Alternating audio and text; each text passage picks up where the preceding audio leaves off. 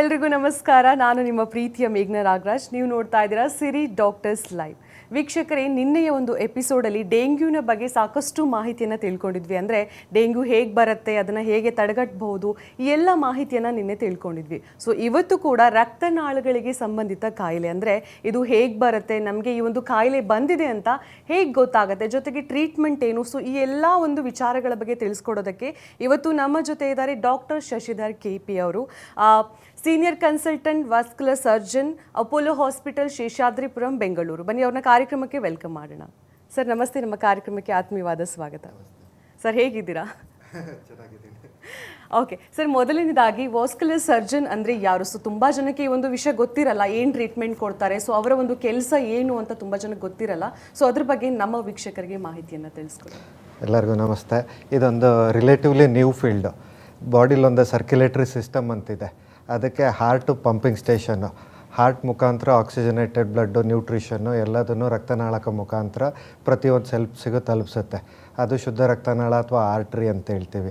ಈ ಆರ್ಟ್ರಿ ಮುಖಾಂತರ oxygenated blood ಹಾರ್ಟಿಂದ nutrition ತೊಗೊಂಡು ಸೆಲ್ಸಿಗೆ ಹೋಗುತ್ತೆ. ಆ ಸೆಲ್ಲಲ್ಲಿ ಅದು ಸಪ್ಲೈ ಆದಮೇಲೆ ಆ ಡಿಆಕ್ಸಿಜನೇಟೆಡ್ ಬ್ಲಡ್ಡು ವೆಯ್ನ್ ಅಥವಾ ಅಶುದ್ಧ ರಕ್ತನಾಳಕ ಮೂಲಕ ವಾಪಸ್ ಹಾರ್ಟಿಗೆ ಬರುತ್ತೆ. ಈ ಹಾರ್ಟಿಂದ ಮತ್ತೆ ಲಂಗ್ಸಿಗೆ ಪಂಪ್ ಆಗುತ್ತೆ. ಈ ಲಂಗ್ಸಲ್ಲಿ ಮತ್ತೆ ನಮ್ಮದು ಶುದ್ಧೀಕರಣ ಆಗುತ್ತೆ, ಆಕ್ಸಿಜನೇಟೆಡ್ ಬ್ಲಡ್ ಆಗುತ್ತೆ, ಅದರಿಂದ ವಾಪಸ್ ಹಾರ್ಟಿಗೆ ಹೋಗುತ್ತೆ.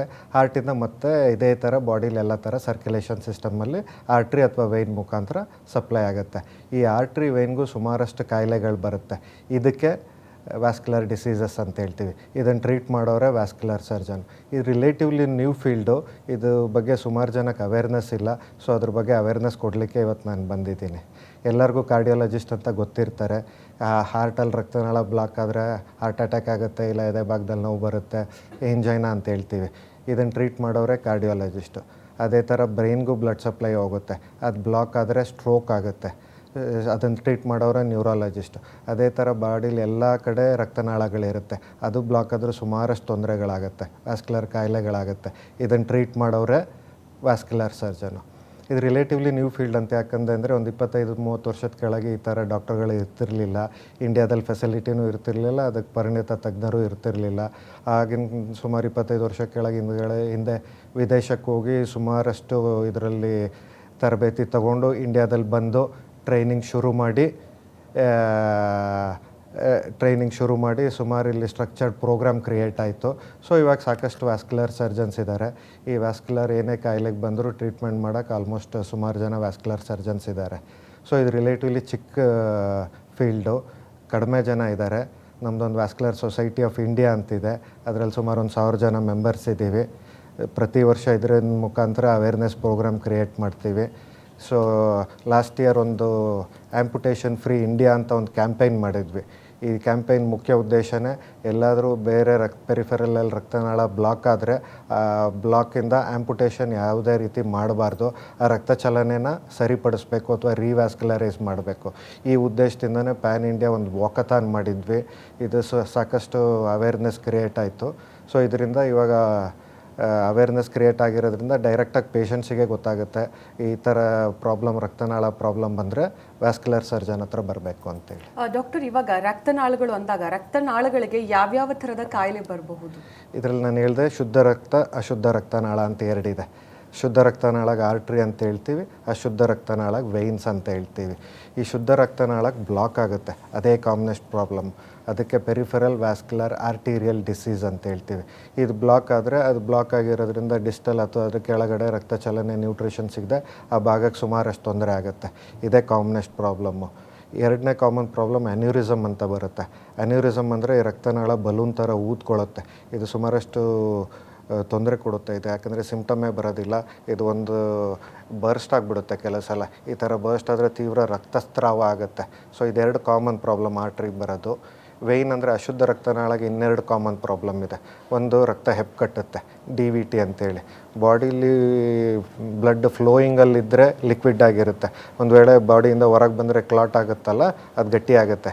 ಅದೇ ಥರ ರಕ್ತನಾಳದ ಒಳಗೂ ಆಗ್ಬೋದು, ಆರ್ಟ್ರಿಲೂ ಆಗ್ಬೋದು, ವೆಯ್ನಲ್ಲೂ ಆಗ್ಬೋದು. ವೆಯ್ನಲ್ಲಿ ಕಾಮನ್ ಆಗುತ್ತೆ, ಯಾಕಂದರೆ ಫ್ಲೋ ಅಷ್ಟೊಂದು ಇರೋದಿಲ್ಲ.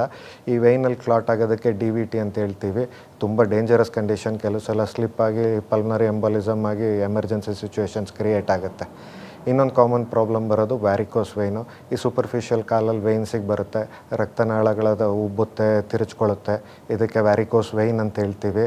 ಇದಕ್ಕೆ one of the commonest problem almost 30% of ಪಾಪ್ಯುಲೇಷನ್ಗೆ ಇದೆ. ಇದಕ್ಕೆ ಸೂಕ್ತವಾಗಿ ಟ್ರೀಟ್ಮೆಂಟ್ ಕೊಡೋ ಡಾಕ್ಟ್ರೇ ವ್ಯಾಸ್ಕ್ಯುಲರ್ ಸರ್ಜನ್. ಈ ಒಂದು ವಾಸ್ಕ್ಯುಲರ್ ಡಿಸೀಸ್ ಅನ್ನೋದು ಯಾಕೆ ಬರುತ್ತೆ, ಅದಕ್ಕೆ ಮುಖ್ಯ ಕಾರಣಗಳೇನು ಅನ್ನೋದನ್ನ ತಿಳ್ಕೊಬೋದು? ಎಸ್, ಒಂದು ಏಜ್. ನಮ್ಮ ಏಜಿಂಗ್ ಪಾಪ್ಯುಲೇಷನ್ ಜಾಸ್ತಿ ಆಗ್ತಾ ಇದೆ. ಈ ಏಜ್ ಜಾಸ್ತಿ ಆಗ್ತಾ ಇದ್ದಂಗೆ ರಕ್ತನಾಳಗೂ ಕಾಯಿಲೆಗಳು ಬರುತ್ತೆ ಅಥವಾ ವಯಸ್ಸಾಗುತ್ತೆ. ಅದಕ್ಕೆ ಸ್ಟಿಫ್ನೆಸ್ ಜಾಸ್ತಿ ಆಗುತ್ತೆ, ಫ್ಲೆಕ್ಸಿಬಲ್ ಇರೋದಿಲ್ಲ, ಅದರಲ್ಲಿ ಟೆನ್ಸೈಲ್ ಸ್ಟ್ರೆಂತ್ ಕಡಿಮೆ ಆಗ್ತದೆ. ಹೋಗ್ತಾ ಹೋಗ್ತಾ ವೆಸಲ್ಗಳು ಸ್ಟಿಫ್ ಆಗಿ ಬ್ಲಾಕ್ ಆಗುತ್ತೆ. ಸೊ ಏಜಿಂಗ್ ಪಾಪ್ಯುಲೇಷನಲ್ಲಿ ಇದು ಜಾಸ್ತಿ ನೋಡ್ತೀವಿ. ಎರಡನೇ ಕಾಮನ್ ಕಾಸು ಜೆನೆಟಿಕ್, ಅಂದರೆ ಕೆಲವು ಮ್ಯೂಟೇಷನ್ಸಿಂದ ರಕ್ತನಾಳಗಳು ಬ್ಲಾಕ್ ಆಗುತ್ತೆ. ಆ ಥರದ್ದು ಫ್ಯಾಮಿಲಿಲೇ ಇರುತ್ತೆ, ತಂದೆಗಿರುತ್ತೆ, ಮಗಂಗಾಗುತ್ತೆ, ಅವ್ರ ಮೊಮ್ಮಕ್ಕಳಿಗಾಗುತ್ತೆ, ಯಾರಿಗಾರು ಫ್ಯಾಮಿಲಿಲಿ ಇದ್ದೇ ಇರುತ್ತೆ. ಮೂರನೇದು ಸ್ಮೋಕಿಂಗ್ ಅಂದರೆ ಬರೀ ಬೀಡಿ ಸಿಗರೇಟ್ ಅಲ್ಲ, ಎನಿ ಫಾರ್ಮ್ ಆಫ್ ತಂಬಾಕು ಸೇವನೆಯಿಂದ ವ್ಯಾಸ್ಕ್ಯುಲರ್ ಡಿಸೀಸ್ ಬರುತ್ತೆ. ಈ ಥರ ಗುಟ್ಕಾ ಥರ ತಿನ್ನೋಕ್ಕೆ ಹೊಗೆ ಸೊಪ್ಪು ಥರನೂ ಬರುತ್ತೆ, ಸ್ನಿಫ್ ಮಾಡ್ತಾರೆ, ತಂಬಾಕು ಲಿಕ್ವಿಡಲ್ಲೂ ಬರುತ್ತೆ, ಹಚ್ತಾರೆ. ಇದು ಎಲ್ಲದರಿಂದ ತಂಬಾಕು ಬಾಡಿ ಒಳಗೆ ಹೋಗುತ್ತೆ. ಇವಾಗ ಸಿಗರೇಟ್ ಅಂತ ಒಂದು ಬಂದಿದೆ, ವೇಪ್ ಅಂತಾರೆ, ಕಾನ್ಸಂಟ್ರೇಟೆಡ್ ನಿಕೋಟಿನ್. ಇದು ಯಾವುದೇ ಥರ ತಂಬಾಕು ಸೇವನೆ ಮಾಡೋದ್ರಿಂದ ಇದರಲ್ಲಿ ಒಂದು ನಿಕೋಟಿನ್ ಅಂತ ಪದಾರ್ಥ ಇರುತ್ತೆ. ಈ ನಿಕೋಟಿನ್ ಬ್ಲಡ್ ವೆಸಲ್ ಹೋದಾಗ ಅದನ್ನು ಇಂಜುರಿ ಮಾಡೋದ್ರಿಂದ ಆರ್ಟೀರಿಯೋಸ್ಕ್ಲೀರೋಸಿಸ್ ಅಂತ ಆಗುತ್ತೆ. ಅಂದರೆ ಈ ರಕ್ತನಾಳಗಳು ವ್ಯಾಸೋಕನ್ಸ್ಟ್ರಿಕ್ಷನ್ ಆಗುತ್ತೆ, ಚಿಕ್ಕದಾಗುತ್ತೆ. ಅದು ಫೈನ್ ಲೇಯರ್ ಇರುತ್ತೆ, ಎಂಡೋಥೀಲಿಯಮ್ ಅಂತ ಬ್ಲಡ್ ವೆಸಲ್ ಒಳಗೆ. ಇದಕ್ಕೆ ಇಂಜುರಿ ಆದಾಗ ಅದು ಬ್ಲಾಕ್ ಆಗುತ್ತೆ. So smoking is one of the most commonest reason for peripheral vascular arterial disease. ನಾಲ್ಕನೇದು BP, sugar, diabetes, hypertension. ಈ ಡಯಾಬಿಟೀಸ್ ಜಾಸ್ತಿ ಆದರೆ ಶುಗರ್ ಜಾಸ್ತಿಯಾಗಿ ಗ್ಲೈಕೋಜನ್ ಎಲ್ಲ ಕಡೆ ಬಾಡಿಲಿ ಡೆಪಾಸಿಟ್ ಆಗುತ್ತೆ. ಅದೇ ಥರ ರಕ್ತನಾಳಗಳಲ್ಲೂ ಬ್ಲಾಕ್ ಆಗುತ್ತೆ. ಈ ರಕ್ತನಾಳಗಳಲ್ಲಿ ಡೆಪಾಸಿಟ್ ಆದರೆ ಅದು ಬ್ಲಾಕ್ ಆಗಿ ಸುಮಾರಷ್ಟು ತೊಂದರೆ ಆಗುತ್ತೆ. ಇನ್ನೊಂದು ಕೊಲೆಸ್ಟ್ರಾಲ್. ಬಾಡಿಲಿ ಜಿಡ್ಡಿನಾಂಶ ಜಾಸ್ತಿ ತಿಂದರೆ, ಹೈ ಕ್ಯಾಲರಿ ತೊಗೊಂಡ್ರೆ ಬಾಡಿಲಿ ಕೊಲೆಸ್ಟ್ರಾಲ್ ಜಾಸ್ತಿ ಆಗುತ್ತೆ. ಈ ಕೊಲೆಸ್ಟ್ರಾಲ್ ಎಲ್ಲ ಕಡೆ ಡೆಪಾಸಿಟ್ ಆಗುತ್ತೆ ಬಾಡಿಲಿ. ಈ ಡೆಪಾಸಿಟ್ ರಕ್ತನಾಳಗಳಲ್ಲೇ ಬ್ಲಾಕ್ ಆಗುತ್ತೆ. ಸೆರೆಬ್ರೋ ಕಾರ್ಡಿಯೋವ್ಯಾಸ್ಕ್ಯುಲರ್ ಸಿಸ್ಟಮಲ್ಲೇ ಜಾಸ್ತಿ ಡೆಪಾಸಿಟ್ ಆಗುತ್ತೆ. ಈ ಡೆಪಾಸಿಟ್ ಆಗ್ತಾ ಏನು ಮಾಡುತ್ತೆ, ರಕ್ತನಾಳಗಳನ್ನು ಚಿಕ್ಕದು ಮಾಡುತ್ತೆ. ಈ ಚಿಕ್ಕದಾಗ್ತಾ ಒಂದು ಸ್ಟೇಜ್ ಆದಮೇಲೆ ಬ್ಲಾಕ್ ಆಗಿಬಿಡುತ್ತೆ. ಇನ್ನೊಂದು ರೀಸನ್ನು ಸೆಡೆಂಟ್ರಿ ಲೈಫ್ ಸ್ಟೈಲ್ ಅಥವಾ ಫಿಸಿಕಲ್ ಇನ್ಆ್ಯಕ್ಟಿವಿಟಿ. ಯಾರು ದಪ್ಪ ಇರ್ತಾರೆ, ಫಿಸಿಕಲಿ ಆ್ಯಕ್ಟಿವ್ ಇರೋಲ್ಲ, ಎಕ್ಸಸೈಸ್ ಮಾಡೋದಿಲ್ಲ, ಡಯಟ್ ಸರಿ ತೊಗೊಳ್ಳೋದಿಲ್ಲ, ಈ ಥರ ಇರೋರಿಗೂ ಈ ವ್ಯಾಸ್ಕ್ಯುಲರ್ ಪ್ರಾಬ್ಲಮ್ಗಳು ಜಾಸ್ತಿ ಬರುತ್ತೆ. So basically age, genetic factors, smoking, diabetes, hypertension, cholesterol ಜಾಸ್ತಿ ಇರೋದ್ರಿಂದ ಅದ್ರ ಜೊತೆ ಫಿಸಿಕಲ್ ಇನ್ಆ್ಯಕ್ಟಿವಿಟಿ. ಈ ಒಂದು ವಾಸ್ಕ್ಯುಲರ್ ಡಿಸೀಸ್ ಇದೆ ಇಲ್ಲ, ಸೊ ಅದರ ಒಂದು ಸಿಂಪ್ಟಮ್ಸ್ ಏನು, ಅಂದರೆ ಅದು ಬಂದಾಗ ಯಾವ ಥರದ ಲಕ್ಷಣಗಳು ಒಬ್ಬ ಮನುಷ್ಯನಲ್ಲಿ ಕಾಣಿಸ್ಕೊಳ್ಳುತ್ತೆ? ಇವಾಗ ಏಜಿಂಗ್ ಪಾಪ್ಯುಲೇಷನ್ ಇದ್ದು ಫಿಸಿಕಲಿ ಆ್ಯಕ್ಟಿವ್ ಇರೋರಿಗೆ ಎಷ್ಟೊಂದು ಸಲ ವ್ಯಾಸ್ಕ್ಯುಲರ್ ಬ್ಲಾಕ್ ಆಗುತ್ತೆ, ರಕ್ತನಾಳ ಬ್ಲಾಕ್ ಆಗುತ್ತೆ, ಸಿಂಪ್ಟಮ್ಸೇ ಇರೋದಿಲ್ಲ. ಈ ನಡುವೆ ಹೆಲ್ತ್ ಸ್ಕ್ರೀನಿಂಗ್ ಜಾಸ್ತಿ ಆಗಿದೆ. ಒಂದು ಸಿಂಪಲ್ ಡಾಪ್ಲರ್ ಅಲ್ಟ್ರಾಸೌಂಡ್ ಮಾಡ್ತಾರೆ, ಕಾಮನ್ನಾಗಿ 60 ವಯಸ್ಸಾದ್ಮೇಲೆ ಸುಮಾರು ಜನ ಮಾಡಿಸ್ಕೊಳ್ತಾರೆ. ಇದಾದಾಗ ಡಿಟೆಕ್ಟ್ ಆಗುತ್ತೆ. ಸೊ ವ್ಯಾಸ್ಕ್ಯುಲರ್ ಬ್ಲಾಕ್ ಆಗಿದೆ ಅಂತ ಗೊತ್ತಾಗುತ್ತೆ. ಸೊ ಸಿಂಪ್ಟೊಮ್ಯಾಟಿಕ್ಕೇ ಮೇನ್ ಸಿಂಪ್ಟಮ್, ಅಂದರೆ ಗೊತ್ತೇ ಆಗೋದಿಲ್ಲ. ಬಟ್ ಆದರೂ ಇದಿದೆ, ತೊಂದರೆ ಇಲ್ಲ ಅಂತ ಅದನ್ನು ನೆಗ್ಲೆಕ್ಟ್ ಮಾಡಬಾರ್ದು, ಅದಕ್ಕೆ ಟ್ರೀಟ್ಮೆಂಟ್ ಬೇಕಾಗುತ್ತೆ. ಸಿಂಪ್ಟೊಮ್ಯಾಟಿಕ್ಕೇ ಕಾಮನೆಸ್ಟ್ ಸಿಂಪ್ಟಮು. ಇನ್ನೊಂದು ಕ್ಲಾಡಿಕೇಶನ್ ಪೈನ್ ಅಂತ ಬರುತ್ತೆ. ರಕ್ತನಾಳ ಬ್ಲಾಕ್ ಆಗಿದ್ರೆ ಅದಕ್ಕೊಂಥರ ಟಿಪಿಕಲ್ ಪೈನ್ ಬರುತ್ತೆ. ಎಲ್ಲಿ ಬ್ಲಾಕ್ ಆಗುತ್ತೋ ಅದ್ರ ಕೆಳಗೆ ನೋವು ಆಗುತ್ತೆ. ಈ ವ್ಯಾಸ್ಕ್ಯುಲರ್ ಕ್ಲಾಡಿಕೇಶನ್ ಅಂತ ಹೇಳ್ತೀವಿ. ಈ ವ್ಯಾಸ್ಕ್ಯುಲರ್ ಕ್ಲಾಡಿಕೇಶನ್ ಅಂದರೆ ನಡೆದ ತಕ್ಷಣ ಎಲ್ಲಿ ಬ್ಲಾಕ್ ಆಗಿದೆಯೋ ಅದ್ರ ಕೆಳಗೆ ಕಾಲು ನೋವು ಬರುತ್ತೆ. ಒಂದು ವೇಳೆ ನಮ್ಮ ಮೈನ್ ರಕ್ತನಾಳ ಅಯೋರ್ಟ ಅಂತಿದೆ, ಇದು ಬ್ಲಾಕ್ ಆದರೆ ಕಾಲು ಫುಲ್ ನೋವು ಬರುತ್ತೆ. ಎರಡನೇದು ಇಲ್ಲಿ ಥೈ ರೀಜನಲ್ಲೆಲ್ಲರೂ ಬ್ಲಾಕ್ ಆಯಿತು ಅಂದರೆ ಕಾಫಲ್ಲಿ ಪೈನ್ ಬರುತ್ತೆ. ಒಂದು ವೇಳೆ ಕಾಫಲ್ಲಿ ರಕ್ತನಾಳ ಬ್ಲಾಕ್ ಆದರೆ ಫುಟ್ಟಲ್ಲಿ ಬರುತ್ತೆ. ಇದೊಂಥರ ಟಿಪಿಕಲ್ ಸಿಂಪ್ಟಮ್. ಇದು ವ್ಯಾಸ್ಕ್ಯುಲರ್ ಕ್ಲಾಡಿಕೇಶನ್ ಅಂತ ಹೇಳ್ತೀವಿ. ಒಂದು ಪೇಷಂಟ್ ಬಂದು ಈ ಥರ ಹಿಸ್ಟ್ರಿ ಕೊಡ್ತಾರೆ, ನನಗೇನು ತೊಂದರೆ ಇರೋದಿಲ್ಲ, ಆರಾಮಾಗಿರ್ತೀನಿ, ನಡೆಯೋಕ್ಕೆ ಶುರು ಮಾಡ್ತೀನಿ, ಕಾಲು ನೋವು ಬರುತ್ತೆ, ರೆಸ್ಟ್ ತೊಗೊತೀನಿ, ಮತ್ತೆ ಸರಿ ಹೋಗುತ್ತೆ, ಮತ್ತೆ ನಡೀತೀನಿ. ಈ ಟಿಪಿಕಲ್ಲಾಗಿ ಹೇಳ್ತಾರೆ. ಒಂದು 100 ಮೀಟ್ರ್ 200 ಮೀಟ್ರ್ ನಡೆದ್ರೆ ನೋವು ಬರುತ್ತೆ, ರೆಸ್ಟ್ ತೊಗೊತೀನಿ, ಮತ್ತೆ ವಾಕ್ ಮಾಡ್ತೀನಿ, ಮತ್ತೆ ಅದೇ ಡಿಸ್ಟೆನ್ಸಿಗೆ ಪೈನ್ ಬರುತ್ತೆ. ಇದೇನಾಗುತ್ತೆ ಅಂದರೆ ಬ್ಲಡ್ ಸಪ್ಲೈ ನಡೆದಾಗ ಎಕ್ಸಸ್ ಬ್ಲಡ್ ಸಪ್ಲೈ ಬೇಕಾಗುತ್ತೆ, ಬರೋದಿಲ್ಲ, ಬ್ಲಾಕ್ ಆಗಿರೋದ್ರಿಂದ. ಅದಕ್ಕೆ ವ್ಯಾಸ್ಕ್ಯುಲರ್ ವೇಸ್ಟ್ ಪ್ರಾಡಕ್ಟ್ಸ್ ಎಲ್ಲ ಅಕ್ಯುಮುಲೇಟ್ ಆಗುತ್ತೆ, ನೋವು ಬರುತ್ತೆ, ರೆಸ್ಟ್ ತೊಗೊತಾರೆ, ಸ್ಲೋ ಆಗಿ ವಾಶ್ಔಟ್ ಆಗುತ್ತೆ, ಮತ್ತೆ ನಡೀತಾರೆ, ಮತ್ತೆ ನೋವು ಬರುತ್ತೆ, ಮತ್ತೆ ಕೂತ್ಕೊಳ್ತಾರೆ. ಈ ಥರ ಟಿಪಿಕಲ್. ಮಾತಾಡೋಣ, ಒಬ್ಬ ಕಾಲರ್ ಇದ್ದಾರೆ, ಮಾತಾಡಿಸ್ಬಿಟ್ರಿ ಸರ್. ನಮಸ್ತೆ. ನಮಸ್ಕಾರ. ನಮಸ್ಕಾರ. ನಿಮ್ಮ ಹೆಸರು? HP ಕುಮಾರ್ ಅಂತ. ಸರ್, ಎಲ್ಲಿಂದ ಕರೆ ಮಾಡ್ತಿರೋದು? ಸರ್ ನಮ್ಮ ಸ್ವಂತವ್ರು ಬಂದು ತಲ್ಕೊಡು ಮೇಡಮ್. ಹೇಳಿ ಏನು ಪ್ರಶ್ನೆ ಇತ್ತು? ನಮ್ದು ಮೇಡಮ್ ಮೊನ್ನೆ ಸಿಕ್ಕಾಪಟ್ಟೆ ಎದೆ ನೋವು ಬಂತು. ಹ್ಮ್ ಜಯದೇವ ಹಾಸ್ಪಿಟ್ಲಲ್ಲಿ ಹೋಗಿ ಟ್ರೀಟ್ಮೆಂಟ್ ತಗೊಳ್ಳೋಣ ಅಂತ ಹೋದ್ರು ಮೇಡಮ್. ಅದು ಈ ಸೂಜಿಲಿ ಬಂದು ಮೇಡಮ್ ನಾರ್ಮಲ್ ಅಂತ ಬರ್ತಾ ಇದೆ ಈ ಸೂಜಿಲಿ. ಓಕೆ. ಆದ್ರೆ ಇಲ್ಲಿ ಕೇರಳದಲ್ಲಿ ಒಂದ್ಸರಿ ಸ್ಕ್ಯಾನಿಂಗ್ ಮಾಡ್ಸಿದ್ರು ಮೇಡಮ್. ಸ್ಕ್ಯಾನಿಂಗ್ ಅಲ್ಲಿ ಬಂದಿದೆ ರಕ್ತ ಎಪ್ಕಟ್ಟಿದೆ, ಸೆಂಟ್ರಲ್ಲಿ ಒಂಥರ ನರದಲ್ಲಿ ಸಪ್ಲೈ ಆಗ್ತಾ ಇಲ್ಲ ಅಂತ ಹೇಳಿದ್ರು. ಓಕೆ. ಅದರಿಂದಾಗಿ ಇಲ್ಲಿ ನೋಡಿದ್ರೆ ನಾರ್ಮಲ್ ಬರ್ತಾ ಇದೆ ಅಂತ ಹೇಳ್ತಾ ಇದ್ದಾರೆ. ಓಕೆ ಓಕೆ, ನಮ್ಮ ಜೊತೆ ಡಾಕ್ಟರ್ ಇದ್ದಾರೆ, ದಯವಿಟ್ಟು ಡಾಕ್ಟರ್ ಜೊತೆ ನೇರವಾಗಿ ಮಾತನಾಡಿ. ನಮಸ್ತೆ ಕುಮಾರ್ ಅವರೇ, ಯಾವ ರಕ್ತನಾಳದಲ್ಲಿ ಹೆಪ್ಪುಗಟ್ಟಿದೆ ಅಂತ ಹೇಳಿದ್ರು ಡಾಕ್ಟ್ರು? ಅದು ಗೊತ್ತಿಲ್ಲ ಸರ್, ಮೇನು ಸೆಂಟ್ರಲ್ ಒಂದು ಬರ್ತದೆ, ಅದರಲ್ಲಿ ಇದು ಮಾಡಿದೆ ಅಂತ ಸ್ಕ್ಯಾನಿಂಗ್ ಅಲ್ಲಿ ತೋರಿಸಿದ್ದಾರೆ. ಹೌದು, ಈ ಥರ ಆಗುತ್ತೆ. ಇದು ಅಯೋರ್ಟಾದಲ್ಲಿ ಬ್ಲಾಕ್ ಆಗಿರುತ್ತೆ, ರಕ್ತನಾಳ ಕ್ಲಾಟ್ ಆಗಿರುತ್ತೆ. ಇದು ಕಾಮನ್ ಸಿಂಪ್ಟಮೇ ನೋವು ಬರುತ್ತೆ, ನಡೆದ್ರೂ ನೋವು ಬರುತ್ತೆ, ಇಲ್ಲ ಉಸಿರಾಡೋಕ್ಕೂ ತೊಂದರೆ ಆಗುತ್ತೆ, ಈ ಥರ ಆಗುತ್ತೆ. ಇದಕ್ಕೆ ಗುಡ್ ಡಿಟೆಕ್ಟ್ ಮಾಡಿದ್ದಾರೆ. ಈ ಮೇನ್ ರಕ್ತನಾಳದಲ್ಲಿ ಬ್ಲಾಕ್ ಆದರೆ ಭಾರಿ ಡೇಂಜರಸ್ ಸಿಚುವೇಶನು, ಸ್ಲಿಪ್ಪಾಗಿ ಬೇರೆ ಕಡೆ ಹೋಗಿ ಎಮರ್ಜೆನ್ಸಿ ಸಿಚುವೇಶನ್ ಕ್ರಿಯೇಟ್ ಆಗಿಬಿಡುತ್ತೆ. ಸೊ ಈ ಡಿಟೆಕ್ಟ್ ಮಾಡಿದ್ದಾರೆ, that is one good thing. ECG heart normal ಇರುತ್ತೆ, ಬಟ್ ಆದರೆ ನೋವು ಬರ್ತಾ ಇರುತ್ತೆ. ಇದಕ್ಕೆ ನಿಮಗೆ ಟ್ಯಾಬ್ಲೆಟಲ್ಲೇ ಗುಣ ಆಗುತ್ತೆ, ಅಂದರೆ ಬ್ಲಡ್ ಥಿನ್ನರ್ ತೊಗೋಬೇಕಾಗುತ್ತೆ. ಈ ಕ್ಲಾಟ್ ಆಗಿದೆಯಲ್ಲ, ಈ ಹೆಪ್ಪುಗಟ್ಟಿದೆಯಲ್ಲ, ಇದನ್ನು ಕರಗಿಸೋಕ್ಕೆ ಸುಮಾರಷ್ಟು ಮಾತ್ರೆ ಇದೆ. ಸುಮಾರು 3 ತಿಂಗಳು 6 ತಿಂಗಳು, ಕೆಲವು ಸಲ ಲೈಫ್ ಲಾಂಗೇ ಈ ಮಾತ್ರೆಗಳು ತೊಗೋಬೇಕಾಗುತ್ತೆ. ಒಂದು. ಎರಡನೇ, ನೀವು ದಯವಿಟ್ಟು ಸ್ಮೋಕಿಂಗ್ ಇದ್ದರೆ ಬಿಟ್ಬಿಡಿ, ಇದು ಮೋಸ್ಟ್ಲಿ ಸ್ಮೋಕಿಂಗಿಂದನೇ ಆಗಿರುತ್ತೆ. ಇನ್ನು ಬೇರೆ ಏನಾದ್ರು BP ಶುಗರ್ ಇದ್ದರೆ ಕರೆಕ್ಟಾಗಿ ಕಂಟ್ರೋಲ್ ಮಾಡ್ಕೊಳ್ಳಿ. Physical activity ಕರೆಕ್ಟಾಗಿರಲಿ.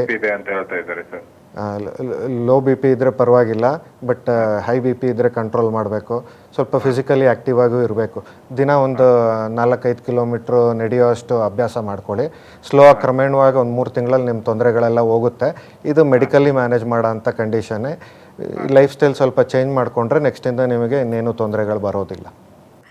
ಡಾಕ್ಟರ್, ಇನ್ನಷ್ಟು ಮಾತನಾಡೋಣ, ಅದಕ್ಕಿಂತ ಮುಂಚೆ ಒಬ್ರು ಕಾಲರ್ ಇದ್ದಾರೆ, ಮಾತಾಡಿಸ್ಬಿಡೋಣ. ನಮಸ್ಕಾರ. ಹಲೋ. ನಮಸ್ಕಾರಮ್ಮ, ನಿಮ್ಮ ಹೆಸರು? ಹಲೋ, ನಮಸ್ತೆ ಮೇಡಮ್. ನಾವು ಬಳ್ಳಾರಿಯಿಂದ ಮೇಡಮ್ ಬಸವರಾಜ ಅಂತ ಮಾತಾಡ್ತಾ ಇದ್ದೀವಿ. ಸ್ವಲ್ಪ ಜೋರಾಗಿ ಮಾತಾಡಬೇಕು, ನಿಮ್ಮ ಹೆಸರು ಗೊತ್ತಾಗ್ಲಿಲ್ಲ. ಬಸವರಾಜ ಅಂತ. ಬಸವರಾಜ್ ಅವರೇ, ಏನು ಕ್ವಶನ್ ಇತ್ತು? ಏನು 3 days ಬ್ಯಾಕ್ ನಾವು PD ಇದು ಹಾಕ್ತಾರಲ್ಲ ಮೇಡಮ್, ಎಂಜಿಯೋಗ್ರಾಮ್ ಮುಖಾಂತರ ಅದು ಹಾಕ್ಸ್ಕೊಂಬಂದಿತ್ತು ಮೇಡಮ್ ಪಾಪ್ಗೆ. ಈಗ ಯಾವ ಥರ ಪ್ರಿಕಾಷನ್ ತಗೋಬೇಕಂತ ಮಾಹಿತಿ. ಓಕೆ, ಇದು ನೀವು ಮಗುವಿನ ಬಗ್ಗೆ ಕೇಳ್ತಾ ಇದ್ದೀರಾ ಅಲ್ವಾ? ಹೌದೌದು. ಎಷ್ಟು ವರ್ಷ ಮಗುಗೆ ಅಂತ ಕೇಳ್ಬೋದಾ? 4.5. ಓಕೆ, ಡಾಕ್ಟರ್ ಇದ್ದಾರೆ, ಡಾಕ್ಟರ್ ಜೊತೆ ಮಾತನಾಡಿ. ನಮಸ್ತೆ ಬಸವರಾಜ, ಏನು ಹಾಕ್ಸಿದ್ದೀವಿ ಅಂದರೆ? ಸರ್ ನಮಸ್ತೆ ಸರ್. ಹಾಂ, ನಮಸ್ತೆ, ಹೇಳಿ ಸರ್. ನಮಸ್ತೆ ಸರ್. ಈ PDA ಡಿವೈಸ್ ಹಾಕ್ತಾರೆ? ಅದು ಹಾರ್ಟಿಗೆ ರಿಲೇಟೆಡ್. ಇದು ಮಕ್ಕಳೆಲ್ಲ ಹೋಲ್ ಇರುತ್ತಲ್ಲ, ಅದಕ್ಕೆ ಹಾಕೋದು. ಇದು ಒಂದ್ಸಲ ಹಾಕಿದ್ರೆ PDA ಡಿವೈಸ್ ಹಾಕಿದ್ಮೇಲೆ ಅದು ಆಲ್ಮೋಸ್ಟ್ ಹಾರ್ಟ್ ನಾರ್ಮಲ್ ಆಗಿಬಿಡುತ್ತೆ. ಇದರಿಗೆ ಆ್ಯಕ್ಚುಲಿ ಪೀಡಿಯಾಟ್ರಿಕ್ ಕಾರ್ಡಿಯಾಲಜಿಸ್ಟ್ ಅಂತ ಬರ್ತಾರೆ, ಆ ಫೀಲ್ಡಿಗೆ ಸೇರಿತ್ತು. ಬಟ್ ಇದರಲ್ಲಿ ಆ್ಯಕ್ಚುಲಿ ಪೋಸ್ಟ್ ಕೇರ್ ಅಂತ ಏನು ಇರೋದಿಲ್ಲ, ಮಿನಿಮಲಿ ಇನ್ವೇಸಿವ್ ಆಗಿ ಮಾಡಿರ್ತಾರೆ, ಎಂಜಿಯೋಗ್ರಾಮ್ ಮಾಡಿ ಎಂಜೋ ಮಾಡಿರ್ತಾರೆ. ಸೊ ಇದರಲ್ಲಿ ಆಮೇಲೆ ಏನು ಇದಿರಲ್ಲ, ನಿಮ್ಮ ಡಯಟ್ ಬಗ್ಗೆ ಕಾನ್ಸಂಟ್ರೇಟ್ ಮಾಡಬೇಕಷ್ಟೆ. ಇದಾದಮೇಲೆ ಬ್ಯಾಲೆನ್ಸ್ ಡಯಟ್ ತೊಗೋಬೇಕಷ್ಟೆ, ಮಗುವಿಗೆ ಏನು ಕರೆಕ್ಟಾಗಿರೋ ಪದಾರ್ಥ ಕೊಡಬೇಕಷ್ಟೆ, ಊಟದರಲ್ಲಿ ಚೇಂಜಸ್ ಮಾಡ್ಕೋಬೇಕಾಗತ್ತೆ. ಮೈಲ್ಡ್ ಫಿಸಿಕಲ್ ಆ್ಯಕ್ಟಿವಿಟಿ, ಮಕ್ಕಳೆಲ್ಲ ಆ್ಯಕ್ಟಿವ್ ಇದ್ದೇ ಇರ್ತಾರೆ. ಓನ್ಲಿ ಆ ಮಕ್ಕಳಿಗೆ ಏನು ಕರೆಕ್ಟಾಗಿರೋ ಪದಾರ್ಥ ಡಯಟ್ ಕೊಡಬೇಕು ಅದು ಕೊಟ್ಟರೆ ಆಯ್ತು ಅಷ್ಟೇ, ಇನ್ನೇನು ಅದರಲ್ಲಂತ ಇದಿರೋದಿಲ್ಲ. ಏನಾದ್ರು ಇನ್ಫೆಕ್ಷನ್ ಆಗ್ದಂಗೆ ನೋಡ್ಕೋಬೇಕು, ಏನೋ ಇನ್ಫೆಕ್ಷನ್ ಆದರೆ ಇಮಿಡಿಯೇಟಾಗಿ ಡಾಕ್ಟರ್ಗಳ ಹತ್ರ ಹೋಗಬೇಕು ಅಷ್ಟೇ. ಇದರಲ್ಲಿ ಬೇರೆ ಇನ್ನೇನಂಥದ್ದು ಪೋಸ್ಟ್ ಕೇರ್ ಅಂತ ಇರೋದಿಲ್ಲ. ಧನ್ಯವಾದಗಳು ಬಸವರಾಜ್ ಅವರೇ, ನಮ್ಮ ಕಾರ್ಯಕ್ರಮಕ್ಕೆ ಕರೆಯನ್ನು ಮಾಡಿದ್ದಕ್ಕೆ. ಡಾಕ್ಟರ್, ಆಗಲೇ ನಾವು ಟ್ರೀಟ್ಮೆಂಟ್ ಬಗ್ಗೆ ಮಾತನಾಡ್ತಾ ಇದ್ವಿ, ಸೊ ದಯವಿಟ್ಟು ಇನ್ನಷ್ಟು ಮಾಹಿತಿಯನ್ನು ನಮ್ಮ ವೀಕ್ಷಕರಿಗೆ ನೀಡಬೇಕು ನೀವು ಟ್ರೀಟ್ಮೆಂಟ್ ಬಗ್ಗೆ. ನಮಸ್ತೆ. ಈ ಟ್ರೀಟ್ಮೆಂಟಲ್ಲಿ ಒಂದು ಸಲ ವ್ಯಾಸ್ಕ್ಯುಲರ್ ಡಿಸೀಸ್ ಅಂತ ಡಯಾಗ್ನೋಸ್ ಆದ ತಕ್ಷಣ ಅದು ನಾನ್ ಕ್ರಿಟಿಕಲ್ಲ ಅಂತ ಡಿವೈಡ್ ಮಾಡ್ಕೋತೀವಿ. ನಾನ್ ಕ್ರಿಟಿಕಲ್ ಅಂದರೆ ಇಂಟರ್ವೆನ್ಷನ್ ಬೇಕಾಗೋದಿಲ್ಲ, ಬರೀ ಮೈಲ್ಡ್ ಸಿಮ್ಟಮ್ ಇರುತ್ತೆ, ಸ್ವಲ್ಪ ನೋವು ಇರುತ್ತೆ, ಇಲ್ಲ ಇನ್ಸಿಡೆಂಟಲಿ ಡಿಟೆಕ್ಟ್ ಆಗಿರುತ್ತೆ, ಹೆಲ್ತ್ ಚೆಕಪ್ ಮಾಡ್ಬೇಕಾದ್ರೆ ಡಿಟೆಕ್ಟ್ ಆಗಿರುತ್ತೆ. ಈ ಥರ ಬಂದಾಗ ಇದು ನಾನ್ ಕ್ರಿಟಿಕಲ್ಲು, ಆ ಥರ ಅರ್ಜೆಂಟ್ ಇರೋದಿಲ್ಲ, ಬರೀ lifestyle change, risk factor management, ಮೆಡಿಸಿನಲ್ಲೇ ಕ್ಯೂರ್ ಆಗೋಗುತ್ತೆ. ಇನ್ನೊಂದು ಕ್ರಿಟಿಕಲ್ ಅಂತ ಡಿವೈಡ್ ಮಾಡ್ತೀವಿ. ಕ್ರಿಟಿಕಲ್ ಅಂದರೆ ಹುಣ್ಣಾಗಿದೆ, ಗಾಯ ಆಗ್ತಿಲ್ಲ, ಅದರ ಸಡನ್ನಾಗಿ ಗ್ಯಾಂಗ್ರೀನ್ ಆಗ್ತಿದೆ, ಇದೊಂದು ಸ್ವಲ್ಪ ಎಮರ್ಜೆನ್ಸಿ ಸಿಚುವೇಶನ್, ಇಮಿಡಿಯೇಟಾಗಿ ರಕ್ತ ಚಲನೆ ಆಗಂಗೆ ಮಾಡಬೇಕಾಗುತ್ತೆ. ಸೊ ಇದೆರಡು ಡಿವೈಡ್ ಮಾಡಿಕೊಂಡ್ರೆ ನಮ್ಮ ಟ್ರೀಟ್ಮೆಂಟ್ ಈಸಿ ಆಗುತ್ತೆ. ನಾನ್ ಕ್ರಿಟಿಕಲ್ ಇತ್ತು ಅಂದರೆ first life style change, risk factor management and best medical management tablet, ಈ ಮೂರು ರೀತಿಯಲ್ಲಿ ಟ್ರೀಟ್ಮೆಂಟ್ ಇರುತ್ತೆ. ಒಂದು ಕಾರಣ ನಾನು ಅನೇಕ ಕಾರಣಗಳು ಹೇಳಿದೆ ಬಂದಿರೋದು ಯಾಕೆ ಅಂತೇಳಿ. ಸೊ ಲೈಫ್ ಸ್ಟೈಲ್ ಚೇಂಜೇ ಭಾರಿ ಇಂಪಾರ್ಟೆಂಟು. ಸುಮಾರಷ್ಟು ಕಾಯಿಲೆಗಳಿಗೆ ಲೈಫ್ ಸ್ಟೈಲ್ ಚೇಂಜೇ ಟ್ರೀಟ್ಮೆಂಟು. ಒಂದು ಸೆಡೆಂಟ್ರಿ ಲೈಫ್ ಸ್ಟೈಲ್ ಅಥವಾ ಫಿಸಿಕಲಿ ಇನ್ಯಾಕ್ಟಿವ್ ಇದ್ದರು, ಇಲ್ಲ ಕೊಲೆಸ್ಟ್ರಾಲ್ ಜಾಸ್ತಿಯಾಗಿ ದಪ್ಪ ಇದ್ದರು ಅಂದರೆ ಬೊಜ್ಜು ಕರಗಿಸ್ಬೇಕಾಗತ್ತೆ. ಡೈಲಿ ಒಂದು 4-5 ಕಿಲೋಮೀಟ್ರು ವಾಕ್ ಮಾಡಬೇಕಾಗತ್ತೆ. ಸೊ ಈ ಥರ ಲೈಫ್ ಸ್ಟೈಲ್ ಚೇಂಜ್ ಮಾಡ್ಕೋಬೇಕಾಗತ್ತೆ.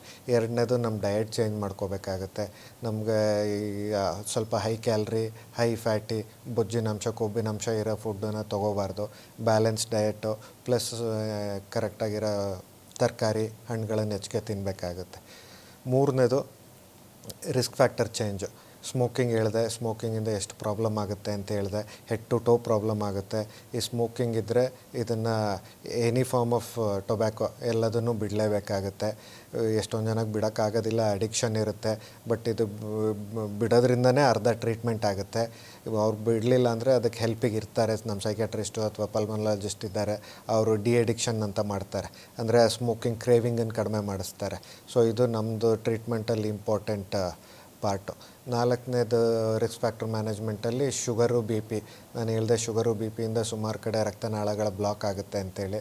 ಈ ಶುಗರ್ ಆಪ್ಟಿಮೈಸ್ ಮಾಡಬೇಕು, ಬ್ಲಡ್ ಪ್ರೆಷರನ್ನು ಆಪ್ಟಿಮೈಸ್ ಮಾಡಬೇಕು.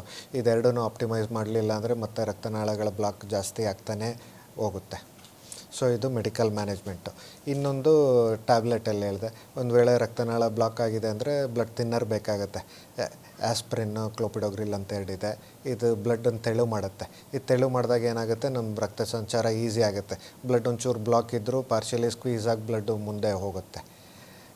ಇನ್ನೊಂದು ಬ್ಲಡ್ ವೆಸಲ್ ಬೆಳೆಯೋಕ್ಕೆ ಒಂದಷ್ಟು ಟ್ಯಾಬ್ಲೆಟ್ ಇದೆ. ಇದು 3-6 ತಿಂಗಳುಗಳು ಕೊಟ್ಟರೆ ಹೊಸ ರಕ್ತನಾಳಗಳು, ಚಿಕ್ಕ ರಕ್ತನಾಳಗಳು ಅಥವಾ ಕೊಲಾಟ್ರಲ್ಸ್ ಬೆಳ್ಕೊಳ್ಳುತ್ತೆ.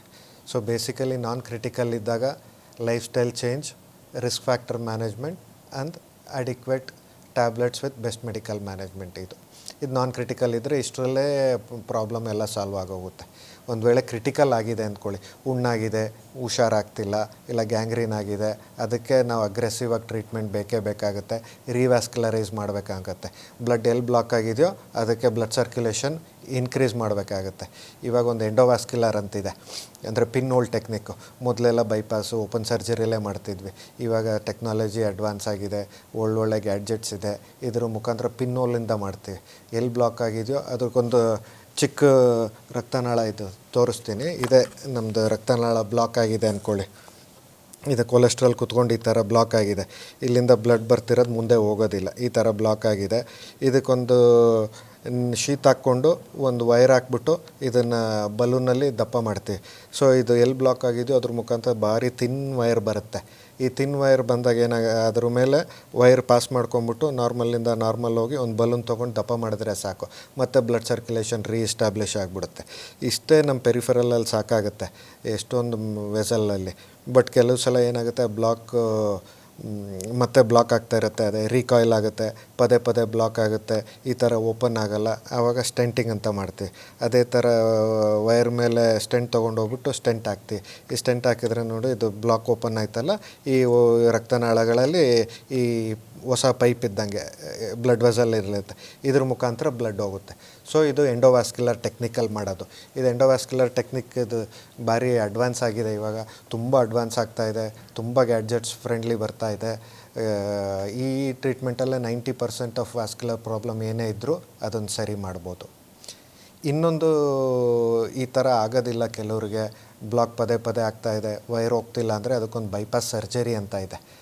ಒಂದು ವೇಳೆ ರಸ್ತೆ ಬ್ಲಾಕ್ ಆಯಿತು ಅಂದ್ಕೊಳ್ಳಿ, ಅದಕ್ಕೊಂದು ಹೊಸ ರಸ್ತೆ ಕ್ರಿಯೇಟ್ ಮಾಡ್ಕೊತಾರಲ್ಲ, ಅದೇ ಥರ ಮೇನ್ ರಕ್ತನಾಳ ಬ್ಲಾಕ್ ಆದರೆ ನಾವು ಹೊಸ ರಕ್ತನಾಳನ ಕ್ರಿಯೇಟ್ ಮಾಡ್ತೀವಿ. ಇದನ್ನು ಬೈಪಾಸ್ ಸರ್ಜರಿ ಅಂತ ಹೇಳ್ತೀವಿ. ಹಾರ್ಟಲ್ಲಿ ಬ್ಲಾಕ್ ಆದರೆ ಹೆಂಗೆ ಬೈಪಾಸ್ ಸರ್ಜರಿ ಮಾಡ್ತಾರೋ ಅದೇ ಥರ ಪೆರಿಫೆರಲಲ್ಲೂ ಬೈಪಾಸ್ ಸರ್ಜರಿ ಮಾಡ್ತೀವಿ. ಅವ್ರದ್ದೇ ವೆಯ್ನ್ ಶುದ್ಧ ರಕ್ತನಾಳ ತೊಗೊಂಡು ರಿವರ್ಸ್ ಮಾಡಿಬಿಟ್ಟು, ಒಂದು ವೇಳೆ ಕಾಲಲ್ಲಿ ಎಷ್ಟು ಬ್ಲಾಕ್ ಆಗಿದೆ ಅಂದ್ಕೊಳ್ಳಿ, ಮೇಲೆ ಎಲ್ಲಿ ನಾರ್ಮಲ್ ಇದೆಯೋ ಅಲ್ಲಿಂದ ಎಲ್ಲಿ ಬ್ಲಾಕ್ ಆಗಿರೋ ಡಿಸ್ಟಲ್ಗೆ ಹೋಗಿ ಅದಕ್ಕೆ ಬೈಪಾಸ್ ಮಾಡ್ತೀವಿ. ಅದೇ ಥರ ಇಲ್ಲಿ ಕಾಲಲ್ಲಿ ಬ್ಲಾಕ್ ಆಯಿತು ಅಂದ್ಕೊಳ್ಳಿ, ಇಲ್ಲಿಂದ ಆಗಿ ಕೆಳಗೆ ಹೋಗಿ ಬೈಪಾಸ್ ಮಾಡ್ತೀವಿ. ಈ ಥರ ಹೊಸ ರಕ್ತನಾಳನೇ ಚಾನಲ್ ಕ್ರಿಯೇಟ್ ಆಗುತ್ತೆ ಬ್ಲಡ್ ಹೋಗೋಕ್ಕೆ. ಈ ಥರ ಭಾರಿ ಸೀರಿಯಸ್ ಆಗಿದೆ, ತುಂಬ ಬ್ಲಾಕ್ ಇದೆ, ಎಂಡೋವ್ಯಾಸ್ಕ್ಯುಲರಲ್ಲಿ ಓಪನ್ ಆಗ್ತಿಲ್ಲ ಅಂದರೆ ಈ ಥರ ಬೈಪಾಸ್ ಸರ್ಜರಿ ಮಾಡಬೇಕಾಗುತ್ತೆ. ಇದು ಮಾಡಿಬಿಟ್ಟು ಆಮೇಲೆ ಕಾಲಲ್ಲಿ ಬೇರೆ ಒಂದು ರಕ್ತ ಚಲನೆನ ರೀಎಸ್ಟಾಬ್ಲಿಷ್ ಮಾಡಿದ್ರೆ ಕಾಲು ಸುಮಾರಷ್ಟು ತೊಂದರೆಗಳು ಸರಿ ಹೋಗುತ್ತೆ. ಈ ಒಂದು ಕಾಯಿಲೆಗೆ ಜೊತೆಗೆ ಡಯಟ್ಗೆ ಏನಾದರೂ ಸಂಬಂಧ ಇದೆಯಾ? ಅಂದರೆ ಯಾವ ಥರದ ಡಯಟ್ನ ಅವರು ಕ್ಯಾರಿ ಮಾಡಬೇಕಾಗತ್ತೆ? ಹೌದು, ಡಯಟಿಗೂ ವ್ಯಾಸ್ಕ್ಯುಲರ್ ಡಿಸೀಸಸ್ಗೂ ರಿಲೇಷನ್ ಇದೆ. ಡಯಟಿಂದ ಕಾರ್ಡಿಯೋವ್ಯಾಸ್ಕ್ಯುಲರ್ ಡಿಸೀಸಸ್ಸಿಗೆ ರಿಲೇಟ್ ಇದೆ. ನಾವು ಬಾಯಲ್ಲಿ ಏನು ಪದಾರ್ಥ ಹಾಕ್ತೀವಿ ಅಂತ ಅದು ಏನು ಹಾಕ್ತೀವೋ ಅದೇ ನಮ್ಮ ಕಾಯಿಲೆನ ಡಿಸೈಡ್ ಮಾಡುತ್ತೆ.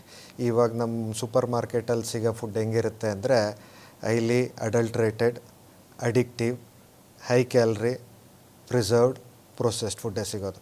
ಸೊ ಈ ಥರ ಡಯಟ್ ತೊಗೊಂಡಾಗ ಇದು ಬ್ಯಾಲೆನ್ಸ್ ಡಯಟ್ ಆಗೋದಿಲ್ಲ. ಇದರಿಂದನೇ ಕಾಯಿಲೆ ಶುರು ಆಗೋದು. ಇದೆಲ್ಲ ರಿಕ್ವೈರ್ಡ್ ಸ್ಮಾಲ್ ಅಮೌಂಟಲ್ಲಿರುತ್ತೆ. ಈ ಡೈಲಿ ಅಕ್ಯುಮುಲೇಟ್ ಆಗ್ತಾ ಹೋಗುತ್ತೆ. ಇದು 20 ವರ್ಷದಿಂದ ಈ ಡಯಟ್ ಈ ಥರ ತೊಗೊಂಡೋದ್ರೆ 40 ವರ್ಷ ಕಾಯಿಲೆ ಬರುತ್ತೆ. ಸೊ ಸಡನ್ನಾಗಿ ನನಗೆ ಹಾರ್ಟ್ ಅಟ್ಯಾಕ್ ಆಯಿತು, ಕಾಲಲ್ಲೇನೋ ಬ್ಲಾಕ್ ಆಯಿತು 50 ವರ್ಷದಲ್ಲಿ ಬಂದರೆ ಅವತ್ತಿಂದ 20 ವರ್ಷದ ಹಿಂದೆಯಿಂದ ಹಿಸ್ಟ್ರಿ ಇರುತ್ತೆ ಅದಕ್ಕೆ. ಸೊ ನಮ್ಮ ದೇಹದ ಬೆಳವಣಿಗೆ ಆಗಿ ಒಂದು 20 ವರ್ಷದಿಂದ ಆದಮೇಲೆ ಬೆಳವಣಿಗೆ ಆಗಲ್ಲ. ಆವಾಗಿಂದ ನಾವು ಡಯಟ್ ಹೆಂಗಿರ್ತೀವೋ ಅದ್ರ ಮೇಲೆ ಡಿಪೆಂಡೆಂಟ್ ಆಗುತ್ತೆ. ಹೈ ಕ್ಯಾಲ್ರಿ ಫುಡ್ ತೊಗೋಬಾರ್ದು, ಇದರಿಂದ ಕೊಲೆಸ್ಟ್ರಾಲ್ ಹೆಚ್ಚಿಗೆ ಆಗುತ್ತೆ, ಎಲ್ಲ ಕಡೆ ಅಕ್ಯುಮುಲೇಟ್ ಆಗುತ್ತೆ. ಇದರಿಂದ ರಕ್ತನಾಳನೂ ಬ್ಲಾಕ್ ಆಗುತ್ತೆ, ಪೆರಿಫೆರಲು ಬ್ಲಾಕ್ ಆಗುತ್ತೆ, ಹಾರ್ಟು ಬ್ಲಾಕ್ ಆಗುತ್ತೆ, ಬ್ರೈನ್ ಎಲ್ಲದೂ ಡ್ಯಾಮೇಜ್ ಆಗುತ್ತೆ. ಸೊ ಹೈ ಕ್ಯಾಲ್ರಿ ಡಯಟ್ ತೊಗೋಬಾರ್ದು, ಎಕ್ಸೆಸಿವ್ ಶುಗರ್ ಬೇಸಿಕಲಿ. ಎರಡನೇದು ಪ್ರೊಸೆಸ್ಡು ಅಥವಾ ಪ್ರಿಸರ್ವ್ಡ್ ಫುಡ್ಡು. ಇದನ್ನು ಪ್ರೊಸೆಸ್ ಮಾಡಬೇಕಾದ್ರೆ ತುಂಬ ಕೆಮಿಕಲ್ಸ್ ಹಾಕ್ತಾರೆ ಇದನ್ನು ಅದರ ಲೈಫ್ ಹೆಚ್ಚಿಗೆ ಮಾಡಲಿಕ್ಕೆ. ಇದು ಪ್ರೊಸೆಸ್ಡ್ ಫುಡ್ಡು ಅಥವಾ ಪ್ರಿಸರ್ವ್ಡ್ ಫುಡ್ಡು ತುಂಬ ತಿನ್ನಬಾರ್ದು. ನ್ಯಾಚುರಲಾಗಿ ಏನು ಸಿಗುತ್ತೋ ವಿತ್ ಎಕ್ಸಸ್ ತರಕಾರಿ, ಹಣ್ಣುಗಳು, ಮನೇಲಿ ಮಾಡಿರೋಂಥ ಪದಾರ್ಥಗಳನ್ನು ತಿಂದರೆ ನಮ್ಮ ಆರೋಗ್ಯ ಚೆನ್ನಾಗಿರುತ್ತೆ.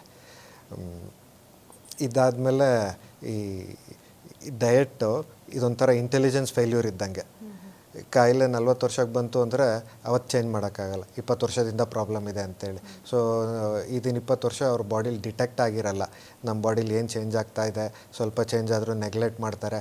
ಆ ಟೈಮಲ್ಲೇ ನಮ್ಮ ಡಯಟ್ ಚೇಂಜ್ ಮಾಡಿಬಿಟ್ರೆ ಆದಷ್ಟು ಪ್ರಾಬ್ಲಮ್ಗಳು ಬರೋದಿಲ್ಲ. ಈ ಒಂದು ರಕ್ತನಾಳಗಳಿಗೆ ಬೇರೆ ಏನಾದರೂ ಕಾಯಿಲೆ ಬರುವಂತಹ ಚಾನ್ಸಸ್ ಇದೆ? ಹೌದು, ನಾನು ಅಶುದ್ಧ ರಕ್ತನಾಳ ಕಾಯಿಲೆಗಳು ಬೇರೆ, ಶುದ್ಧ ರಕ್ತನಾಳಗಳ ಕಾಯಿಲೆ ಬೇರೆ. ಇವತ್ತು ಶುದ್ಧ ರಕ್ತನಾಳಗಳ ಬಗ್ಗೆ ಮಾತಾಡ್ತಿದ್ವಿ. ಅಕ್ಲೂಡಿವ್ ಡಿಸೀಸ್ ಒಂದು ಕಾಮನ್ ಪ್ರಾಬ್ಲಮ್, ಇದ್ರ ಬಗ್ಗೆ ಮಾತಾಡಿದ್ವಿ, ಇದಕ್ಕೆ ಟ್ರೀಟ್ಮೆಂಟು ಮಾತಾಡಿದ್ವಿ. ಇನ್ನೊಂದು ಪ್ರಾಬ್ಲಮ್ ಆಗುತ್ತೆ, ಆ್ಯನ್ಯೂರಿಸಮ್ ಅಂತೇಳಿ. ಆ್ಯನ್ಯೂರಿಸಮ್ ಅಂದರೆ ರಕ್ತನಾಳ ಬಲೂನ್ ಥರ ದಪ್ಪ ಆಗ್ತಾ ಹೋಗುತ್ತೆ.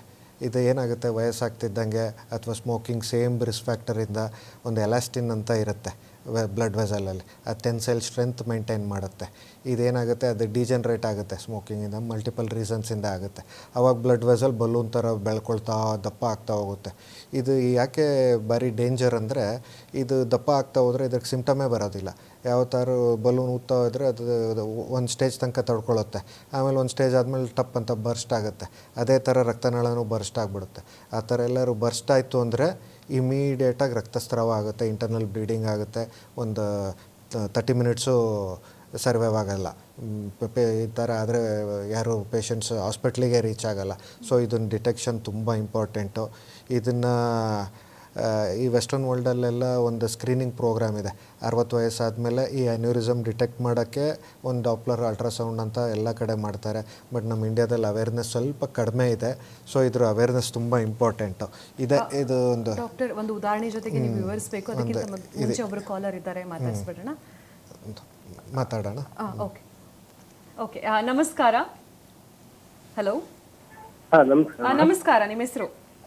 ಮೇಡಮ್ ಚಂದ್ರಶೇಖರ್ ಅಂತ. ಎಲ್ಲಿಂದ ಕರೆ ಮಾಡ್ತಿರೋದು? ಮೇಡಮ್ ಪಟಾಯರ್ಪಡ ವಿಜಯನಗರ ನಿಯರ್. ಓಕೆ, ಏನು ಸಮಸ್ಯೆ ಇತ್ತು, ಏನು ಪ್ರಶ್ನೆ ಇತ್ತು? ಮೇಡಮ್ ನಂದು ಈಗ ಡಾಕ್ಟರ್ ಶಶಿಧರ್ ಅವರು ಮಾತಾಡ್ತಾರೆ ಈಗ ಆಲ್ರೆಡಿ. ಹೌದು, ವಿಜಯ್ ಕುಮಾರ್ ಅವರು ಹೇಳಿ. ನಾನು ಡಾಕ್ಟರ್ ಶಶಿಧರ್. ಮೇಡಮ್ ಸರ್, ನಾವು ಅದೇ 2 years ಬ್ಯಾಕ್ ಅಲ್ಲಿ ನಿಮ್ಮ ಹತ್ರ ನಾವು ಆಲ್ರೆಡಿ ಮಾಡ್ತಿದ್ವಿ ಒಂದ್ಸಲ.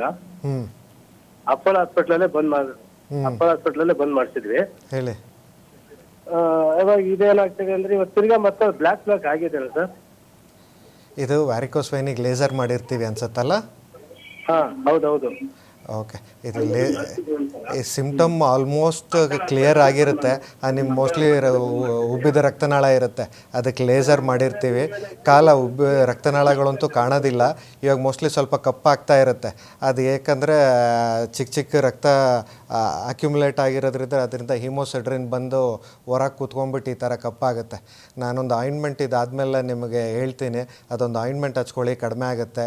ಎರಡನೇದು ಕೆಳಗಿಂದ ಮೇಲೆ ಮಸಾಜ್ ಮಾಡಿ, ಕೆಟ್ಟ ರಕ್ತ ಎಲ್ಲ ಮೇಲೆ ಹೋಗುತ್ತೆ, ಅಶುದ್ಧ ರಕ್ತನಾಳ ಮೇಲೆ ಹೋಗುತ್ತೆ. ಅದನ್ನು ಡೈಲಿ 15 ನಿಮಿಷ ಕೊಬ್ಬರಿ ಎಣ್ಣೆ ಹಚ್ಚಿ ಕೆಳಗಿಂದ ಮೇಲೆ ಮಸಾಜ್ ಮಾಡಿ. ಇನ್ನೊಂದು ಮಾಡಿದ್ಮೇಲೆ ಒಂದು ಎಕ್ಸಸೈಸ್ ಹೇಳ್ಕೊಟ್ಟಿರ್ತೀನಿ, ಕಾಫ್ ಸ್ಟ್ರೆಂಥನಿಂಗ್ ಎಕ್ಸಸೈಸ್ ಬೇಕಾಗುತ್ತೆ. ಯಾಕಂದರೆ ಸೂಪರ್ಫಿಷಿಯಲ್ ವೇನ್ಸಿಗೆಲ್ಲ ಲೇಸರ್ ಮಾಡಿ ಸರಿ ಮಾಡಿರ್ತೀವಿ ನಾವು. ಒಳಗೆ ಮಸಲ್ಗಳ ವೀಕ್ನೆಸ್ ಇದ್ದರೆ ಅದರೊಳಗೂ ವ್ಯಾರಿಕೋಸ್ ವೈನ್ ಆಗುತ್ತೆ. ಈ ವ್ಯಾರಿಕೋಸ್ ವೈನ್ ಆಗೋದಕ್ಕೆ ಅದರಿಂದನೂ ಹೊರಗೆ ಬಂದು ಈ ಥರ ಆಗುತ್ತೆ. ನಿಮ್ಗೊಂದು ಸ್ವಲ್ಪ ಕಾಫ್ ಸ್ಟ್ರೆಂಥನಿಂಗ್ ಎಕ್ಸಸೈಸ್ ಮಾಡಬೇಕಾಗತ್ತೆ. ಜಿಮ್ ಅಥವಾ ಸೇರಿಬಿಟ್ಟು ಕಾಲಿಗೆ ಒಂದು 2 ದಿನ ಎಕ್ಸಸೈಸು, ಇಲ್ಲ ಪಾರ್ಕಲ್ಲಿ ಹೋಗಿ ತಳ್ಳೋದಿರುತ್ತಲ್ಲ ಕಾಲಿಂದ ಲೆಗ್ ಪ್ರೆಸ್ ಮಾಡೋದು, ಈ ಥರದ್ದು ಮಾಡಿದ್ರೆ ಕಾಲು ಮಸಲ್ ಸ್ಟ್ರಾಂಗ್ ಆಗುತ್ತೆ. ಇದೇನಾದ್ರು ಕಪ್ಪು ಆಗ್ತಿದ್ರೆ, ಇನ್ನಾರು ಮೈಲ್ಡ್ ಸಿಮ್ಟಮ್ಸ್ ಬಂದಿದ್ರೆ ಎಲ್ಲ ಕಡಿಮೆ ಆಗುತ್ತೆ. ಡಾಕ್ಟರ್, ನಾವು ಅವಾಗಲೇ ರಕ್ತನಾಳಗಳಿಗೆ ಬರುವಂತಹ ಬೇರೆ ಕಾಯಿಲೆಗಳ ಬಗ್ಗೆ ಎಕ್ಸ್ಪ್ಲೇನ್ ಮಾಡ್ತಾ ಇದ್ರಿ, ಸೊ ದಯವಿಟ್ಟು ಮುಂದುವರಿಸಿ. ಅದೇ ಹೇಳ್ತಾ ಇದ್ದೆ, ಅನ್ಯೂರಿಸಮ್ ಅಂತ one of the most commonest ಇದೆ. ಇದು ಕಾಣ್ತಿದೆ ಅಲ್ಲ, ಇದು ರಕ್ತನಾಳ. ಇದೇ ಥರ ಸಿಸ್ಟಮ್ ಇರುತ್ತೆ. ಹಾರ್ಟಿಂದ ಬಂದಾಗ ಅಯೋರ್ಟ, ಕೈ, ಕಾಲು ಎಲ್ಲ ಕಡೆ ಬ್ಲಡ್ ವೆಸಲ್ಸ್ ಹೋಗುತ್ತೆ. ಅದೇ ಈ ಥರ ಬಲೂನ್ ಥರ ಆಗುತ್ತೆ. ಇದು ಬಲೂನ್ ಥರ ಆದರೆ ಇದು ಒಡೆದೋಗ್ಬಿಡುತ್ತೆ. ಸಿಮ್ಟಮ್ ಇರೋದಿಲ್ಲ, ಬಟ್ ಒಡೆದೋಗ್ಬಿಡುತ್ತೆ. ಆದರೆ ಎಮರ್ಜೆನ್ಸಿ ಆಗಿರುತ್ತೆ. ನಮ್ಮದು ಫೇಮಸ್ ಸೈಂಟಿಸ್ಟ್ ಆಲ್ಬರ್ಟ್ ಐನ್ಸ್ಟೀನ್ ಎಲ್ಲರಿಗೂ ಗೊತ್ತಿದ್ದಾರೆ. ಅವ್ರು ಹೆಂಗೆ ತೀರ್ಕೊಂಡ್ರು ಅಂದರೆ ಯಾರಿಗೂ ಗೊತ್ತಿಲ್ಲ. ಅವ್ರಿಗೆ ಈ ಕಾಯಿಲೆನೇ ಇತ್ತು ಅಂತ ಗೊತ್ತಿರಲಿಲ್ಲ. ಇದು ಅವ್ರಿಗೆ ಈ ಥರದ್ದೇ ಒಂದು ಅನ್ಯೂರಿಸಮ್ ಇತ್ತು. ಸಡನ್ನಾಗಿ ಮನೇಲಿ ಕೂತಿದ್ದಾಗ ಒಂದಿನ ಹೊಡ್ಕೊಂಡ್ಬಿಟ್ಟು ಮೃತಪಟ್ಟರು. ಸೊ ಈ ಥರ ಕಾಯಿಲೆಗಳು ಮನೇಲಿ ಯಾವ್ದಾದ್ರು ಸಡನ್ ಈ ಥರ ಮೃತಪಟ್ಟರೆ ಎಲ್ಲ ಹಾರ್ಟ್ ಅಟ್ಯಾಕ್ ಅಂದ್ಬಿಡ್ತಾರೆ. ಹಾರ್ಟ್ ಅಟ್ಯಾಕ್ ಎಷ್ಟೊಂದು ಕಾರಣಗಳೆಲ್ಲ ಈ ಥರದ್ದು ಸುಮಾರು ರೀಸನ್ಸ್ ಇರುತ್ತೆ. ಇದಕ್ಕೆ ಒಂದು ಸ್ವಲ್ಪ ಆ್ಯಕ್ಟಿವಾಗಿ ಸ್ಕ್ರೀನಿಂಗ್ ಮಾಡಿ ಈ ಥರದ್ದೇನಾದ್ರು ತೊಂದರೆ ಇದ್ದರೆ ಇದಕ್ಕೆ ಭಾರಿ ಈಸಿ. ಇವಾಗ 1-2 ದಿನದಲ್ಲೇ ಟ್ರೀಟ್ಮೆಂಟ್ ಆಗೋಗುತ್ತೆ. ಈ ಥರ ಹೊಸ ಪೈಪ್ಗಳನ್ನು ಹಾಕ್ತೀವಿ. ಸೊ ಈ ಥರ ಹಾಕೋದ್ರಿಂದ ಈ ಕಾಯಿಲೆನ ಟ್ರೀಟ್ ಮಾಡ್ಬೋದು. ಡಾಕ್ಟರ್, ತುಂಬ ಅದ್ಭುತವಾಗಿ ಒಂದು ಉದಾಹರಣೆಯೊಂದಿಗೆ ಮಾಹಿತಿಯನ್ನು ನೀಡಿದ್ದೀರಾ. ಜೊತೆಗೆ ಈ ಒಂದು ಕಾಯಿಲೆಗೆ ಪ್ರಿವೆನ್ಷನ್ ಏನು, ಹಾಗೆ ಕೊನೆಯದಾಗಿ ನಮ್ಮ ಪಬ್ಲಿಕ್ಕಿಗೆ ಏನು ಒಂದು ಮೆಸೇಜ್ ಕೊಡೋಕ್ಕೆ ಇಷ್ಟಪಡ್ತೀರಾ? ಪ್ರಿವೆನ್ಷನ್ ಹೇಳಿದೆ, ಡಯಟು, ರಿಸ್ಕ್ ಫ್ಯಾಕ್ಟರು, ಸ್ಮೋಕ್ ಮಾಡಬಾರ್ದು, ನಮ್ದು ಒಳ್ಳೆ ಹೆಲ್ದಿ ಡಯಟ್ ತೊಗೋಬೇಕು. ಇದರಿಂದ ಅದು 20 ವರ್ಷದಿಂದನೇ ಶುರು ಆಗುತ್ತೆ.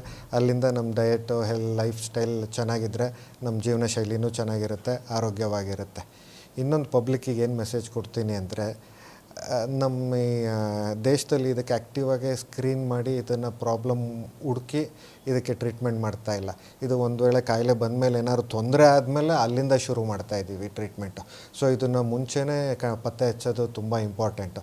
ಅದಕ್ಕೆ ಸ್ಕ್ರೀನಿಂಗ್ ಅಂತ ಹೇಳ್ತೀವಿ. ವೆಸ್ಟರ್ನ್ ವರ್ಲ್ಡಲ್ಲಿ ಸ್ಕ್ರೀನಿಂಗಿಗೆ ಗೈಡ್ಲೈನ್ಸ್ ಇದೆ, ನಮ್ಮ ಇಂಡಿಯಾದಲ್ಲಿ ಗೈಡ್ಲೈನ್ಸ್ ಇಲ್ಲ.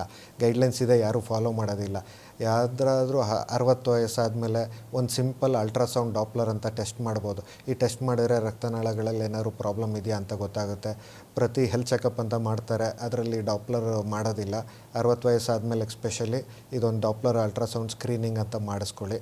ಇನ್ನೊಂದು, ಇದು 50 ವರ್ಷಕ್ಕೆ ಮಾಡಿಸ್ಬೇಕು. ಯಾರಿಗಂದರೆ ಮನೇಲಿ ಏನಾದ್ರು ಹಿಸ್ಟ್ರಿ ಇದೆ, ಈ ಥರದ್ದು ಆರ್ಟ್ರಿ ಪ್ರಾಬ್ಲಮ್ಮು, ಇಲ್ಲ ಧೂಮಪಾನ ಇದೆ, ಆ್ಯಕ್ಟಿವ್ ಇದೆ, ಇಲ್ಲ ಯಾವ ಥರ ಸ್ಮೋಕಿಂಗ್ ಹಿಸ್ಟ್ರಿ ಇತ್ತು, ಬೇರೆ ಹಾರ್ಟ್ ಪ್ರಾಬ್ಲಮ್ ಇದೆ, ಅಥವಾ ಮುಂಚೆ ಎಲ್ಲರೂ ಸ್ಟ್ರೋಕ್ ಆಗಿತ್ತು, ಈ ಥರ ಏನಾದ್ರು ಪ್ರಾಬ್ಲಮ್ ಇದ್ದರೆ ಇವ್ರಿಗೆ 50ಅಲ್ಲೇ ಏನು ತೊಂದರೆ ಇಲ್ಲ ಅಂದರೂ ಸ್ಕ್ರೀನ್ ಮಾಡ್ಕೋಬೇಕು.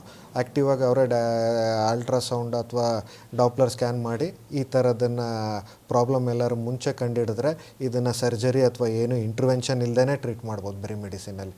ಸೊ ನಾನು ಪಬ್ಲಿಕ್ಕಿಗೆ ಏನು ಹೇಳ್ತೀನಿ ಅಂದರೆ, ಒಂದು ಅಡ್ವೈಸು, 50 ವಯಸ್ಸಾದಮೇಲೆ ರಿಸ್ಕ್ ಫ್ಯಾಕ್ಟ್ರ್ ಇದ್ದರೆ ಸ್ಕ್ರೀನಿಂಗ್ ಮಾಡಿಸಿ. ಇಲ್ಲ ಅಂದರೆ ಏನೂ ತೊಂದರೆ ಇಲ್ಲ ಅಂದರೂ ಹೆಲ್ದಿ ಆಗಿದ್ದರೂ 60 ವಯಸ್ಸಿಗೆ ಒಂದು ಸ್ಕ್ರೀನಿಂಗ್ ಮಾಡಿಸಿ. ಡಾಕ್ಟರ್, ಇವಾಗ ನೀವು ಡಾಕ್ಟರ್ ಅಂದಮೇಲೆ ನೀವು 24/7 ಕೆಲಸ ಮಾಡ್ತಾ ಇರ್ತೀರಾ. ಸೊ ನಿಮ್ಮ ಫ್ಯಾಮಿಲಿಗೆ ಹೇಗೆ ಟೈಮ್ ಕೊಡ್ತೀರಾ? ನಿಮ್ಮ ಪರ್ಸನಲ್ ಟೈಮ್ ಹೇಗಿರುತ್ತೆ? ಇದು ಒಬ್ಬೊಬ್ಬರು ಲೈಫ್ ಒಂದೊಂದು ಥರ ಇರುತ್ತೆ. ನಿಮ್ಮ ಆ್ಯಂಕರ್ ಲೈಫ್ ಬೇರೆ, ನನ್ನ ಲೈಫ್ ಬೇರೆ. ನಮ್ಮ ಲೈಫ್ ಏನು ಮಾಡ್ತಿದ್ದೀವೋ ಅದೇ ನಮಗೆ ಚೆನ್ನಾಗಿ ಅನಿಸುತ್ತೆ. ನನ್ನ ಲೈಫ್ ನೋಡಿದ್ರೆ ನಿಮಗೆ ಭಾರಿ ಬೋರಿಂಗ್ ಅನಿಸುತ್ತೆ. Doctor life is all boring life style. ಈ ಟೈಮ್ ಹೆಂಗೆ ಮಾಡ್ತೀವಿ ಅಂದರೆ, ಬೇರೆದಕ್ಕೆ ಏನೂ ಸ್ಪೆಂಡ್ ಮಾಡೋದಿಲ್ಲ, ರಜಾ ತೊಗೊಳೋದಿಲ್ಲ, ಜಾಸ್ತಿ ಹಾಲಿಡೇ ಹೋಗಲ್ಲ.